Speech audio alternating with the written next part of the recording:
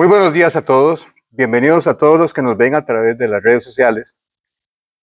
Antes de empezar con lo que el Señor puso en mi corazón compartir con ustedes, no puedo negar lo emocionado que me siento hoy aquí en medio de ustedes, porque cuando venía de camino, cuando venía para acá, no podía dejar de recordar la primera vez que entré por las puertas de CEPA, que fue hace 6 años. Yo llegué aquí a preguntar qué podía estudiar. Así fue como llegué. Yo sentía una necesidad de aprender del Señor.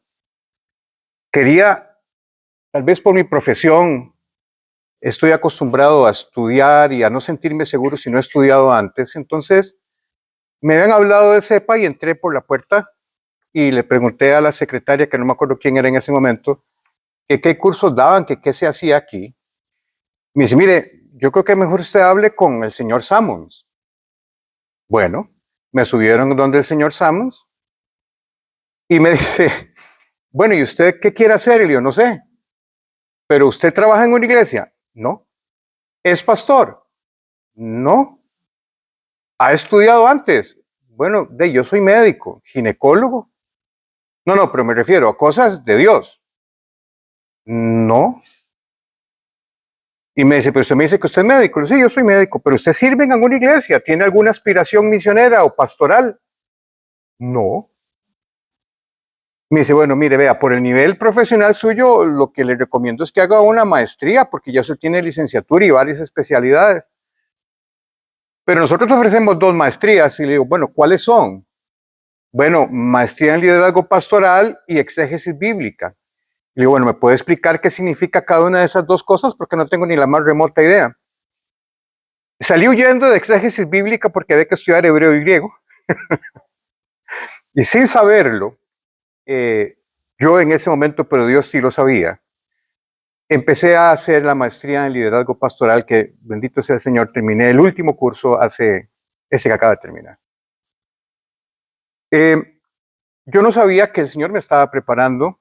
Yo en aquel momento apenas empezaba a asistir a alguna iglesia. 6 años después, entrar por estas puertas, le doy gracias infinitas a Dios por el privilegio que me da de poder dirigirme a ustedes después de 6 años. Y pues ya trabajo medio tiempo como pastor auxiliar en Comunidad Paz.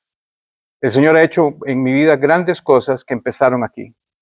Por eso cuando yo entré por estas puertas hoy me sentí muy emocionado, muy conmovido con el Señor y no he dejado de darle gracias al Señor desde hoy en la mañana que me levanté temprano por la invitación que me hicieron de participar con ustedes compartiendo la palabra de Dios, que para mí es muy significativo porque lo estoy haciendo desde mi alma mater. Lo estoy haciendo desde el lugar donde el Señor me trajo a formarme para llevar su palabra después. Así que quería decirles eso, no quería dejarlo pasar por alto porque para mí este momento realmente es muy importante. Bien, el título de la enseñanza de hoy es Túnica, Sandalias y Anillo, y yo creo que es un título que a todos los que conocen la Biblia sabe de lo que me voy a referir. A todos nos gustan las buenas historias. Yo no soy mucho de ver televisión, pero mi esposa y yo los domingos en la tarde nos gusta ver películas juntos.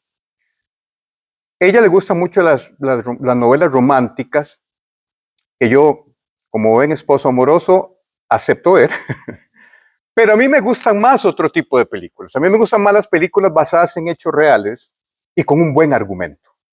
Esas películas en que el argumento te lleva en un carrusel de emociones, desde una emoción encontrada de gran alegría o gran odio, o momentos buenos, buenísimos, y la película te pasa después en caída libre a momentos angustiantes, en momentos de pleitos, de reconciliaciones, en momentos que tengan un buen final.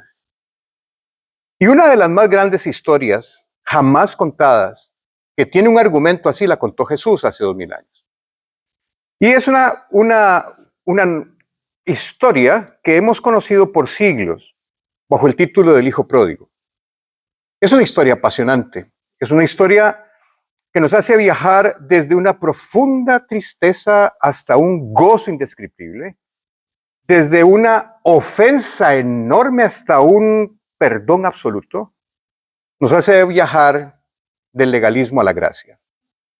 Es una historia hermosa, una historia que Jesús cuenta para transmitirnos una verdad espiritual muy profunda, que a veces bajo una lectura superficial de esta parábola nos quedamos un poco cortos de lo que Jesús nos quiere enseñar. Como ustedes recordarán, esta historia se basa básicamente en tres personajes. El padre, que es el personaje principal, y hay dos actores de reparto, uno que es el hijo menor y otro que es el hijo mayor. Tenemos la tendencia a cometer el error de pensar de que esta enseñanza es únicamente dirigida al hijo menor. Si nosotros nos quedamos con ese concepto, nos estamos perdiendo de la verdadera enseñanza que está subyacente y mucho más profunda que si solo nos quedamos viendo al hijo menor. Esta historia se trata de contrastar a estos dos hijos, de compararlos, de contrastarlos, porque si no lo hacemos nos vamos a perder de la verdadera enseñanza que Jesús nos quiere transmitir con esta historia. Además, es una historia que si la vemos como si fuera una obra de teatro, vamos a encontrarnos que tiene tres actos. Además tiene una conclusión y además tiene postcréditos, como en la película de los Avengers, que si usted se levanta antes de que terminen los postcréditos, se va a perder el epílogo. El primer acto se trata básicamente del hijo menor. Es un acto en donde actúa el padre y el hijo menor. Pasa el primer acto y llega el segundo acto donde desaparece el hijo menor y aparece el hijo mayor. Y el tercer acto es la conclusión. Después vienen los créditos y al final llega un epílogo. Pero para entender correctamente esta historia, necesitamos recordar primero a quién se la contó Jesús. Es importante que veamos quién fue el auditorio inicial al cual Jesús dirigió esta historia. Porque esa historia tiene que ver con el público al cual Jesús se la estaba dirigiendo. Recordarán ustedes que esta historia Jesús se la cuenta a los fariseos. Capítulo 15 de Lucas, hay tres parábolas que tienen la misma enseñanza. Y estas tres enseñanzas, Jesús se las está dando a los fariseos porque los fariseos en este momento de su ministerio estaban furiosos con Jesús. ¿Por qué? Porque comía con pecadores, porque perdonaba pecadores, porque en su religiosidad los fariseos no tenían espacio para la gracia, y no debemos olvidar que esto es importante para entender el final de la historia. Así que, como les digo, esta historia, el actor principal es el padre y hay dos actores de reparto. Y esos dos actores de reparto representan los dos extremos opuestos en el amplio espectro del pecado. El hijo menor es el pecador abierto, el pecador descarado, es el Jesús que artista. O sea, Jesús se inventó en ese momento el pecador más pecador de todos los pecadores que se pudo haber inventado en la cultura y en la época de Jesús. Ese es el hijo menor. Pero el hijo mayor representa el otro extremo del amplio espectro del pecado, y es el pecador hipócrita. Es el pecador quien externamente parecen buenos, hasta religiosos, pero esconden su pecado detrás de una cortina de religiosidad, de respetabilidad, de moralidad, de honorabilidad, pero es exactamente igual de pecador que el hermano menor. Son dos espectros y es importante que en esta historia nosotros contrastemos a estos dos polos diametralmente diferentes de pecadores. Porque permítame decirles con todo respeto que en ese centro cabemos nosotros. Todos somos pecadores.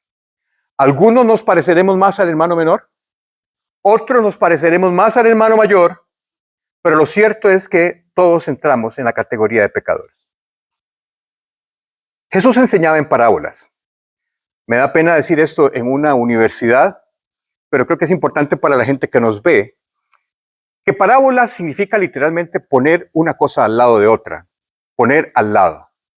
Esa era la metodología didáctica que Jesús tenía, porque es una forma muy fácil de que podamos entender una verdad espiritual comparándola con situaciones cotidianas que nos hacen recordar esa verdad espiritual a través de mucho tiempo. De hecho, hoy estamos hablando de la parábola del hijo pródigo 2000 años después, y no hace falta ni que la lea, pues todos se la saben. Jesús era un maestro en la elaboración de parábolas. Jesús lo que hacía era poner una revelación de Dios, una verdad espiritual, una verdad profunda al lado de una historia que tuviera elementos cotidianos que sirviera para ilustrar esta verdad espiritual y que nosotros pudiéramos entenderla y recordarla. Toda parábola de Jesús tiene una verdad espiritual que está transmitiendo a través de poner esa verdad espiritual al lado de una realidad cotidiana de la época que hacía que la gente que escuchara esa parábola pudiera entender fácilmente lo que Jesús quería enseñar. En el capítulo 15 de Lucas hay 3 parábolas seguidas. Y esas 3 parábolas tienen exactamente la misma verdad espiritual, las 3. Ahí está la parábola de la moneda perdida. Está la parábola de la oveja perdida.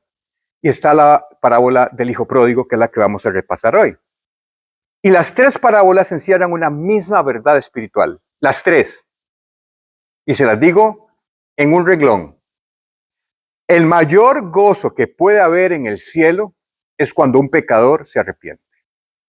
Ese es el centro de las 3 parábolas, ilustradas con una moneda perdida, ilustradas con una oveja perdida e ilustradas con un hijo perdido, que le hemos titulado el hijo pródigo. Así que Jesús dirige esta parábola a los pecadores. Y nos lo dice empezando el capítulo 15, antes de que Jesús cuente las 3 parábolas para enseñar esta verdad espiritual. El evangelista Lucas nos dice que el auditorio de Jesús, de la gente no muy selecta de la sociedad hebrea en ese tiempo, judía. Leamos Lucas 15 del 1 al 2. Los cobradores de impuestos y otros pecadores de mala fama a menudo venían a escuchar las enseñanzas de Jesús. Por eso los fariseos y los maestros de la ley religiosa se quejaban de que Jesús se juntaba con semejantes pecadores y hasta comía con ellos. Y entonces ese es el auditorio que está oyendo a Jesús. Y la razón por la cual Jesús enseña a través de estas 3 parábolas lo encontramos unos versículos más abajo en Lucas 15:7, donde dice: de la misma manera hay más alegría en el cielo por un pecador perdido que se arrepiente y regresa a Dios que por 99 justos que no se extraviaron. Así que Jesús, a través de estas 3 parábolas, nos enseña esta verdad. Hay más alegría en el cielo, y personalicémoslo. No hay mayor alegría para Dios que un hijo perdido, un pecador, se arrepienta y se vuelva a él en arrepentimiento y fe. Esa es la esencia de las 3 parábolas. Pero bueno, empecemos con la película o con la obra. Primer acto, se abre el telón, y no es un chiste. Aparece el hijo menor. Lucas 15:12. El hijo menor le dijo al padre: quiero la parte de mi herencia ahora, antes de que te mueras. Punto y seguido. Entonces el padre accedió a dividir sus bienes entre sus 2 hijos. ¿Qué significa esto? Para nosotros hoy en día esto podría ser muy común. Si yo tengo un hijo y veo que le está pasando difícil y va a levantar un negocio, y digo, bueno, toma la parte de la herencia que te iba a dar cuando me muera para que vayas a levantar tu negocio y salgas adelante. Eso es en nuestra sociedad.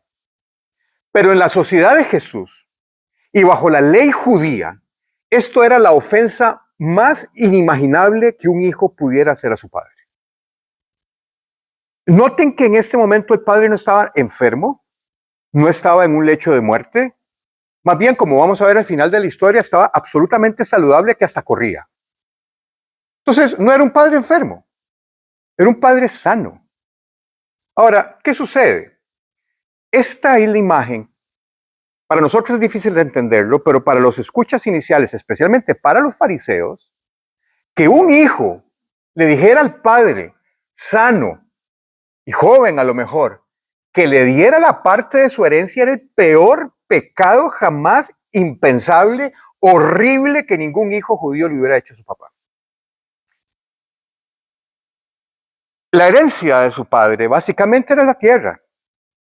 Y cuando un padre moría y tenía 2 hijos, 2/3 partes de la propiedad le correspondían al hijo mayor, 1/3 parte le correspondía al hijo menor bajo la ley hebrea, porque el hijo mayor recibía el doble porción de lo del hijo menor. Así que el hijo menor lo que le está pidiendo es una tercera parte de su propiedad. Pero eso solo pasaba cuando el padre moría. Cuando el hijo menor llega a su padre y le pide esto, es como que le estuviese diciendo: padre, la verdad que yo quisiera que estuvieras muerto. Me interesa más tu propiedad que tú.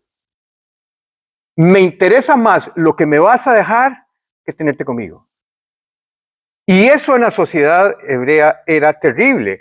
Era como decirle: mire, quiero tus cosas, pero no te quiero a ti. Me gustaría que estuvieras muerto. No te quiero en mi vida. No quiero tu autoridad en mi vida. No quiero tu presencia en mi vida y no quiero tu jurisdicción en mi vida. Y en la época cultural de Jesús, esto era inaudito. Recordarán ustedes que la sociedad de Jesús era una sociedad patriarcal, en donde el padre tenía injerencia en el hijo, aun cuando el hijo se casara y se fuera a otra casa, el padre seguía teniendo injerencia y jurisdicción sobre la vida de sus hijos hasta que se muriera, aun cuando el hijo se casara y se fuera a vivir a otro lugar. Así era la sociedad de Jesús. Y la otra cosa que movía las relaciones sociales en la época de Jesús no es como en nuestra época. En nuestra época, ¿qué es lo que rige nuestras relaciones sociales? Tu nivel cultural, tu nivel económico, tu trabajo, tu currículum, eso es lo que mide, el dinero. En la época de Jesús no era así. Lo que regía tu estatus social y tu posición en la sociedad eran dos conceptos: honor y vergüenza. Honor y vergüenza. Y el pedirle al padre la herencia antes de morirse era la peor deshonra que un hijo le podía hacer a su papá. Y yo me imagino, y quisiera que ustedes se imaginaran la cara de los fariseos que estaban oyendo la historia que Jesús estaba inventando. En ese momento, tenían esos ojos cuadrados y la boca abierta, boquiabiertos de la gran deshonra de lo que significaba pedido que el hijo le estaba haciendo a su padre. Nadie en la sociedad del primer siglo judío haría eso, ningún hijo. Pero si la petición de la herencia era de por sí hay algo inaudito, más inaudito fue la respuesta del padre. Punto y seguido. Y el padre dividió sus bienes. Dividió la propiedad y le dio una tercera parte a su hijo. La palabra que dice bienes, al final de este texto, donde dice, voy a devolver un poquito, donde dice: y accedió a dividir sus bienes entre sus dos hijos, viene de la palabra griega bios. Y bios lo que significa es el sustento de la vida. Era la vida o el medio a través del cual se sostiene su vida. ¿Qué es lo que quiere decir esto el autor de este texto? ¿Qué es lo que está diciendo Jesús? Que lo que el padre está haciendo es dividiendo su vida entre sus dos hijos antes de morir. Vean ustedes lo que el padre está haciendo con el hijo. Bueno, en el tiempo de Jesús, lo único valioso por lo cual la gente cuidaba su honor y su vergüenza eran sus tierras. Eran tierras que eran heredadas de generación en generación, dadas por Dios a su pueblo. Y el padre dividió antes de morir con sus dos hijos y le dio la tercera parte de la propiedad al muchacho. Se desgarró el padre. El estatus de la comunidad, el estatus de una familia en una comunidad estaba ligada a la cantidad de tierra que tuviera. Entonces lo que en realidad el hijo le está pidiendo al papá es: padre, estás vivito y sano, pero quiero que desgarres tu vida, que desgarres tu lugar en la comunidad, que desgarres su honor y su vergüenza por lo que le estoy pidiendo. Y el padre lo hace. El padre lo hace. El texto sigue diciendo lo siguiente: pocos días después, el hijo menor empacó sus pertenencias y se mudó a una tierra distante donde derrochó todo su dinero en una vida desenfrenada. ¿Cómo empieza el texto? Pocos días después. Si a mí me dan una tierra y yo quiero volverla en capital efectivo rápidamente, ¿cómo la vendo? ¿Barata? la barato. O sea, si yo tengo una urgencia de vender algo y quiero convertirlo en efectivo para llevármelo, lo vendo barato. A mí me pasó una historia una vez. El esposo de una paciente mía tiene un taller de motos y me llama un día al consultorio y me dice, doctor, le tengo el negocio de la vida, un venezolano. Y le digo, ¿qué pasó, chamo? Me dice, mira, tengo una moto, varadero, 1000 centímetros cúbicos, no tiene ni 200 kilómetros, es una belleza nueva y la persona lo está vendiendo. Si la moto nueva cuesta 10 colones, la está vendiendo en 1 colón. ¿En serio, chamo? ¿Y por qué? Me dice, no me pregunte por qué, pero es venezolano, tiene que salir huyendo del país. Digo, pero mira, es un negociazo. Si yo tuviera la plata, me dice, chamo, yo la compro en 1 colón y después la vendo en 8 colones y me gané. No hay que ser muy matemático para ver que me gané 7 colones en una venta. Si usted agarra esos 10 colones y los mete al banco, jamás le va a ganar 7 colones en una semana. Y digo, ay, chamo, déjame ir a ver la moto. Yo no sé andar en moto. Me dice, no, yo te la vendo. Lo que pasa es que él necesita la plata ya y quiero ayudarlo. Chamo, ¿y puede ser con un cheque? No efectivo. Digo, bueno, chamo, voy para allá. Llego yo, entro al taller de motos y así como con una luz celestial, ¡fua! Una moto. Y decía, uy, ojalá fuera esa, ¿verdad? Porque es un motón divino. Y digo, chamo, ¿cuál es la moto? Esa. ¿En serio, chamo? Sí, en serio. ¿Y cuánto cuesta? Y te están vendiendo en 1 colón. Cuesta 10 nueva. Y ni una gabacero se ha llevado esa moto, ni un cambio de aceite tiene. Digo, bueno, déjame preguntarle a mi esposa. Meli, viera qué moto más linda. Y me dice, ¿que la querés? Y digo, bueno, me parece que es un buen negocio. Bueno, comprarla. Y me fui al banco, saqué los ahorrillos y me devolví con los ahorrillos del chamo. Le dije, toma, aquí está la moto, chamo. Me dijo, no, llévatela. Yo, ¿cómo llévatela? Yo no sé manejar moto. Me dice, pero es tuya. Le digo, pero me dijiste que me la ibas a vender. Pero yo no la puedo tener aquí. Me dice, chamo, me estás agarrando el cuento a pedacitos, porque de haber sabido que yo tenía que llevármela, no la compro, porque no, ¿qué voy a hacer con esa moto? Bueno, yo te la llevo a la casa. Me la llevo a la casa. Y para no hacer la historia más larga, porque no se trata de eso, al final de cuentas aprendí de moto y me quedé con la moto. Pero esa moto me costó 1 colón porque la persona dueña quería venderla rápido. La abarató. Lo mismo hizo este muchacho con la tierra de su padre. No solamente con la tierra de su padre, lo hizo con el honor de su padre, con la posición de vergüenza y honor en la sociedad que tenía ese padre, abarató su herencia y la vendió rápido, porque dice pocos días después el hijo empacó sus chunches y se fue a una tierra distante. Ya a esta altura, sigamos viendo la cara a los fariseos, que si ya la tenían desencajada, ahora están pálidos. Porque esta vez la historia Jesús la va poniendo cada vez peor. No solamente el muchacho deshonra a su padre, sino que además se va a tierra gentil. Recordarán ustedes que cuando los judíos iban a tierra gentil, iban a regresar a tierra santa, se sacudían el polvo para no llevar polvo contaminado a su tierra. Este muchacho no solamente avergüenza a su familia, avergüenza a su papá, los deshonra, sino que se va a tierra gentil y para terminar de arreglarla gasta toda su herencia en prostitutas. Díganme si Jesús no fue un maestro en pintar al pecador más pecador que se pudo haber imaginado. Yo no tendría la capacidad hoy en día de poder hacer una parábola así en 1 segundo y dibujar también al pecador más pecador de nuestra época. No sabría cómo. No podría, la verdad. Pero bueno, Jesús lo hizo. Este muchacho avergüenza a su padre, este muchacho trata con menosprecio su herencia y su patrimonio, este muchacho trata con desprecio a su nación, trata con desprecio a su religión y sus creencias, fue a un área gentil y la plata se la tira en prostitutas. Dígame qué cuadro más horripilante de este pobre muchacho. Este muchacho es el prototipo del pecador más pecador que Jesús se pudo haber imaginado. Pero empiezan a ocurrir a este muchacho circunstancias que están fuera de su control. Lucas 15, 14, 16 sigue la historia de la siguiente forma. Al mismo tiempo que se le acabó el dinero, se le acabaron los amigos. Bueno, no se nos dice la palabra, pero es lo que siempre pasa. Mientras usted tenga plata para mantener la fiesta, se está lleno de gente, pero se le acabó la plata y ¡pum! Se quedó libre. Nadie, todo el mundo se fue. No estoy editando la Biblia porque estoy en un centro instituto académico, pero bueno, digamos que es una inferencia que me la puedo dar el lujo de darla.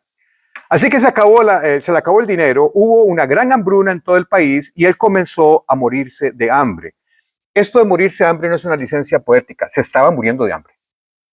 O sea, no era un asunto de metafórico, no. Tenía hambre, estaba famélico, no comía. Convenció a un agricultor local de que lo contratara y el hombre lo envió al campo para que diera de comer a sus cerdos. La sigue poniendo horrible, porque si había un animal que para el judío era absolutamente desagradable, era el cerdo. Ve a Jesús, lo ubica dándole de comer a los cerdos, a un judío. El joven llegó a tener tanta hambre que hasta las algarrobas con las que alimentaba a los cerdos le parecían buenas para comer. Pero nadie le dio nada. Cuando finalmente entró en razón, se dijo a sí mismo, en casa hasta los jornaleros tienen comida de sobra y aquí estoy yo muriéndome de hambre. Volveré a la casa de mi padre y le diré, Padre, he pecado contra el cielo y contra ti. Ya no soy digno de que me llamen tu hijo, te ruego que me contrates como jornalero. Miren, aquí empieza un punto crucial en la historia del primer acto. El muchacho idea un plan de arrepentimiento y de retribución. Él no iba a llegar a la casa de papá y decirle, papá, aquí estoy de vuelta, sí, me fue mal. No. Él idea un plan de retribución, porque eso era consecuente con lo que los fariseos promulgaban. La reconciliación se basaba en el principio de la restitución. Era legalismo puro. Así que para los fariseos, cuando Jesús les dice lo que el muchacho está pensando hacer, probablemente les cambió un poco la expresión y empezó a decir, sí, eso es lo que hay que hacer. Y probablemente los fariseos pensarían la respuesta del padre. El padre debería decirle a su hijo, vístase de cilicio, llénese de ceniza, váyase a la plaza central una semana, que la gente lo vea ahí arrepentido y restituyéndome todo el honor que me robaste. Y después de una semana vas a venir a mí, te vas a hincar, me vas a besar los pies y yo voy a decir qué hago con vos. Eso era lo que probablemente los fariseos pensaban que era lo correcto que hiciera el padre, que había sido avergonzado y deshonrado por su hijo. Ese era el sistema judicial judío en la época de Jesús. El ser reconciliado requería de ser restituido. La restitución tiene que ser completa y para un agravio como el que este muchacho había cometido con su padre, mínimo esas cosas. Pero vea cómo sigue Jesús. El muchacho había pensado decirle a su papá, y probablemente cuando se levantó de la posilga donde estaba, caminando de vuelta hacia su casa, iba repitiendo memoria, ya no soy digno de que me llamen tu hijo, te ruego que me contrates como jornalero, e iba preparando toda la restitución que le iba a decir al papá. Esa era la forma de hacer las cosas. Así que cuando Jesús cuenta lo que sigue, ahí sí la chancha volvió a torcer el rabo. Lucas 15:20. Entonces regresó a la casa de su padre y cuando todavía estaba lejos, su padre lo vio llegar. No le pierdan atención a esto, a este detalle muy importante al cual me voy a referir ahora. Lo vio llegar de lejos. Lleno de amor y compasión, corrió a su hijo, lo abrazó y lo besó. Y aquí la traducción nos queda debiendo un poquito, porque en el original lo que está diciendo es que se le guindó al cuello. Cuando lo vio venir de lejos, salió en carrera a toparlo y se le lanzó al cuello y lo abrazó y lo besó. El muchacho olía a chancho, olía a no baño, famélico, desnutrido, en harapos, oliendo a cerdo, a posilga. El papá salió en carrera, se le tiró al cuello y lo besó. Y su hijo entonces le dijo lo que venía preparándose todo el camino para decirle. Le dijo, Padre, he pecado contra el cielo y contra ti. Ya no soy digno de que me llamen tu hijo. Y entonces el padre toma una conducta que a los fariseos les voló la tapa del cerebro. La Escritura dice que el Padre vio venir al Hijo de lejos. ¿Qué significa eso? Significa que el Padre tenía que estar esperándolo. Significa que el Padre añoraba que su Hijo regresara a casa. Él estaba buscándolo. Lo estaba esperando. Y quién sabe cuánto tiempo estuvo el papá esperando que su hijo regresara, pero nunca dejó de esperarlo ni de buscarlo. Y cuando él lo vio venir, dice la Biblia que corrió. Miren, en la época de Jesús los chiquitos corrían, los patriarcas no corrían. La vestimenta larga de los patriarcas en la época de Jesús impedía que pudieran correr. Un patriarca no corría.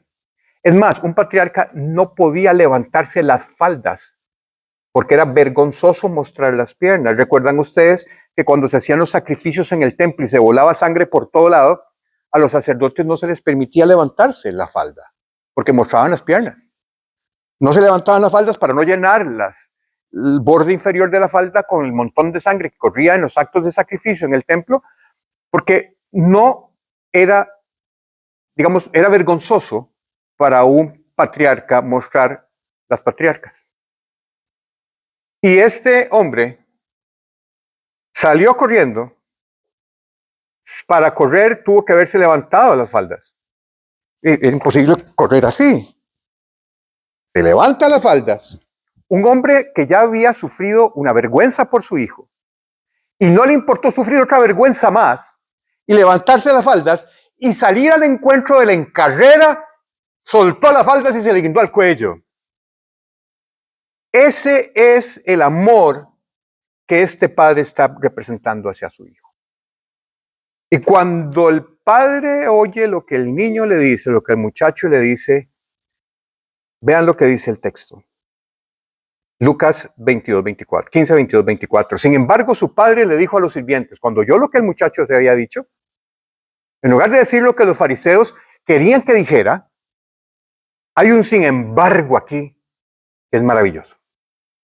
Sin embargo, su padre dijo a los sirvientes, rápido, traigan la mejor túnica que haya en la casa y vístanlo. Consigan un anillo para su dedo y sandalias para sus pies. Maten al ternero que hemos engordado. Tenemos que celebrar un banquete porque este hijo mío estaba muerto y ahora ha vuelto a la vida, estaba perdido y ahora ha sido encontrado, y entonces comenzó el fiestón.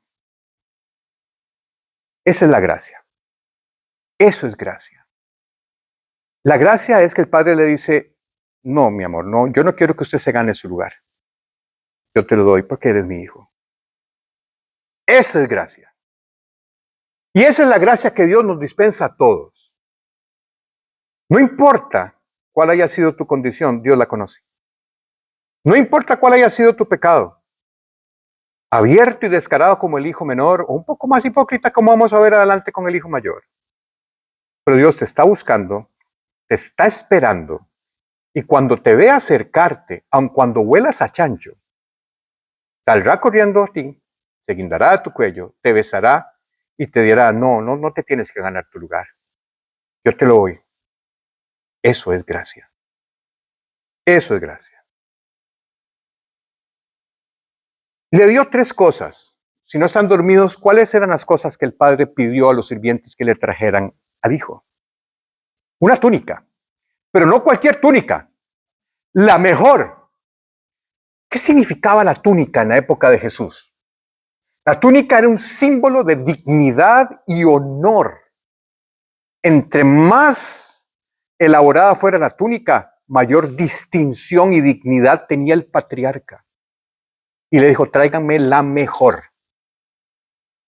¿Qué le dio además? Sandalias. Los hijos tienen sandalias, los sirvientes andaban descalzos. Lo que significa es que lo está levantando a este muchacho y devolviéndole su condición de hijo. Dele en sandalias, porque los hijos usan sandalias, los sirvientes no. ¿Y cuál fue la otra cosa que le dio? un anillo. Y no era un anillo de decoración. Era el anillo familiar con el cual se firmaban los documentos oficiales de la familia. Era que con un sello de cera se ponía el anillo y eso autenticaba que era de la familia y que estaba legalmente firmado. Es decir, es un emblema familiar para firmar un documento importante. O sea, le dio completa autoridad como miembro de la familia, como un verdadero hijo. Le devolvió su dignidad total, lo recibió como un hijo porque le puso sandalias y encima le da autoridad completa como un hijo real de él. Cuando un pecador se arrepiente y vuelve a Dios en arrepentimiento y fe, Dios te va a dar dignidad total. Te va a dar una túnica maravillosa. Te va a dar sandalias porque sos hijo del gran Dios. Y encima te hace parte de la familia real dándote un anillo. Eso es lo que hace Dios. Eso es gracia. Eso es gracia. Dios recibe de esta forma a todo pecador que se arrepiente y vuelva a Él. Esta historia enseña que no importa la magnitud del pecado que hayas cometido. Jesús representó en este muchacho a la persona más pecadora jamás imaginada en el tiempo de Jesús. Y nos ve un Padre, nos muestra un Padre que recibe a todo pecador que se devuelve hacia Él en arrepentimiento y fe. Y lo hace por una sola razón. Dios te recibirá de esta manera, por una sola razón, por su propio gozo. Porque no hay mayor alegría en el cielo para Dios que cuando un pecador reconoce su error, se vuelve a Dios en arrepentimiento y fe, y el Señor lo va a revestir con sandalias, anillo y túnica. Hay algunas personas que son como el hijo menor, que quieren las cosas de Dios, pero no quieren a Dios. Quieren vivir sus vidas como quieren hacerlo, como el hijo menor, pero las circunstancias de la vida hacen que regresen a Dios en arrepentimiento y fe después de que les fue re mal. Muchos hemos vuelto al Señor con las rodillas cholladas, y me incluyo. Muchos hemos vuelto a la casa del Padre con las rodillas sangrando, cholladas, oliendo a chancho. Y esta parábola nos representa y dice que a Dios no le importa tu pecado, siempre y cuando te arrepientas y vuelvas a Él. No importa lo horrible de las cosas que hayas hecho, si vuelves a casa en arrepentimiento y fe, Él te va a aceptar, te amará y te dará todo por gracia. Fin del primer acto. Los otros dos actos son más cortitos. Me quedan 5 minutos. Ok. El hijo mayor. Porque ya que termina el primer acto y aparece el segundo acto, desaparece el hijo menor y aparece el hijo mayor. El hijo mayor representa a todos aquellos pecadores secretos, a los que en una apariencia de religiosidad o de moralidad o de respetabilidad cometen pecados y siguen siendo igual de pecadores que el pecador abierto y carebarro. El pecado es el mismo, pero lo esconden. Lucas 15, del 25 al 30, dice lo siguiente. Mientras tanto, el hijo mayor estaba trabajando en el campo. Cuando regresó, oyó el sonido de la música de la casa y preguntó a uno de los sirvientes qué pasaba. Tu hermano ha vuelto, le dijo, y tu padre mató al ternero engordado. Celebramos porque llegó a salvo. El hijo mayor se enojó y no quiso entrar. Su padre salió y le suplicó que entrara, pero él respondió, todos estos años he trabajado para ti como un burro y nunca me negué a hacer nada de lo que me pediste. Y todo este tiempo no me diste ni un cabrito para celebrar con mis amigos. Sin embargo, cuando este hijo tuyo regresa después de haber derrochado tu dinero en prostitutas, matas el ternero engordado para celebrar. Lo que le ardió fue que el papá mató al ternero engordado. En la época de Jesús, la carne no era una comida que se comiera todos los días. De hecho, era un manjar como muy selecto.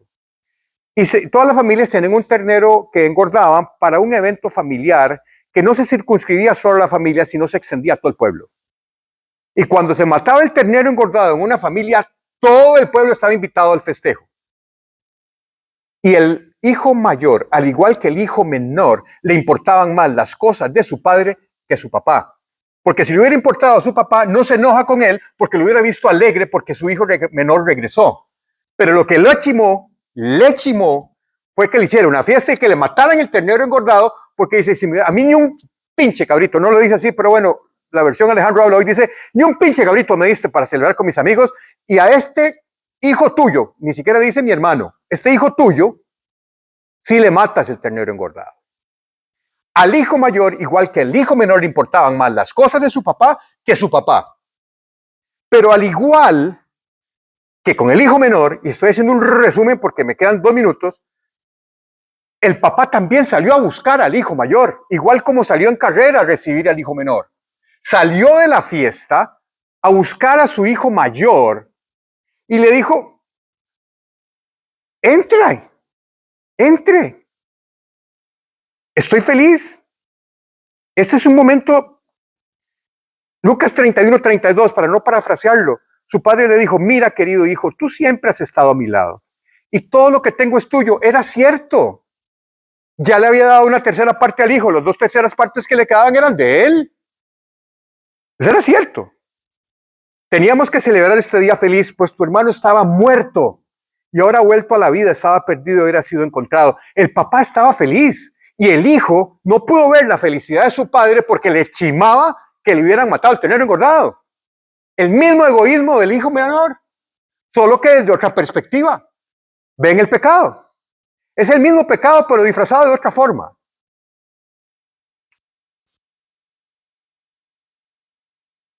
Y aquí termina el acto 2. Voy diciendo un resumen. Y viene la conclusión.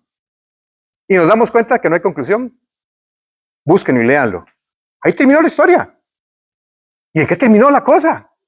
A mí me pasó hace poquito. Estaba viendo una película con mi esposa. Y son de esas películas que terminan y dicen, ¿cómo ya terminó? ¿Y en qué paró? Igual pasó aquí. Jesús no la termina. Entonces yo me voy a dar la licencia de terminarla de 2 formas posibles. Una forma es a la que yo le llamo el final tipo Hollywood. El final tipo Hollywood yo lo daría así. Y el hijo mayor, viendo la felicidad de su padre, conmovido por eso, le pidió perdón a su papá por haber hecho la rabieta y dice, padre, entremos, yo le entro a ese ternero engordado también. Y entraron a la casa, hicieron una fiesta, todos se reunieron, se abrazaron, vivieron felices para siempre y ahí salen los fuegos artificiales. Y se acabó la película. Ese es el final de Hollywood. Pero ese no fue el final. El final de Hollywood es diferente al final bíblico. El final bíblico pudo haber sido así.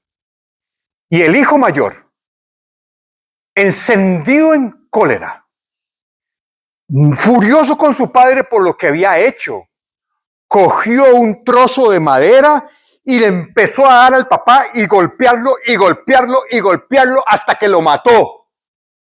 Se acabó la peli. Y dicen, wow, pero ¿dónde agarraste ese final? Bueno, señores, eso fue lo que hicieron con Jesús meses después. Eso fue lo que hicieron con Jesús meses después. Por eso ese es el final que yo digo es el final bíblico de esta historia. Aquí empiezan los créditos, no se levanten del asiento, faltan los postcréditos. ¿Y cuáles son los postcréditos? Ustedes han visto que en las películas a veces pasan como una escena cortita de la película que viene para que uno quede con la gana de ver la que sigue. Bueno, aquí viene el postcrédito. Aparece una escena, un sepulcro y la piedra corrida. El Padre resucitó y hoy te ofrece el mismo perdón a través de su sangre. ¡Pum! Se acabó la película. Puedes alejarte de Dios a través de la moralidad y la religión. Puedes alejarte también a través de la inmoralidad y la falta de religión. Eso es lo que representan ambos hijos. Y ambos hijos de alguna manera nos representan a nosotros. Pero tenemos un Padre que dio la vida por el rescate tuyo. ¿Costó precio de sangre? Sí, pero la dio con gusto. Porque no hay mayor gozo en el cielo que cuando un pecador se arrepiente y vuelve a casa. Oramos. Padre, gracias, Señor, por tu palabra. Gracias por tu amor infinito, Señor. Gracias porque a través de esta parábola logramos entender que no hay nada, ni en lo alto ni en lo profundo, en la oscuridad y en la luz, no hay nada que nos pueda separar de tu amor. Padre, te pido perdón por mis pecados. Te pido perdón por haberte ofendido. Y te doy gracias, Señor Jesús, porque voluntariamente diste tu vida por mí y tu sangre lavó mi pecado. Y hoy, Señor, te doy gracias, te entrego mi vida, me entrego a ti completamente, porque me amaste primero cuando no había nada digno de amarme, por el puro afecto de tu gozo. Gracias, Señor, en el nombre de Cristo Jesús. Amén y amén. Muchísimas gracias por invitarme, ha sido para mí un inmenso honor.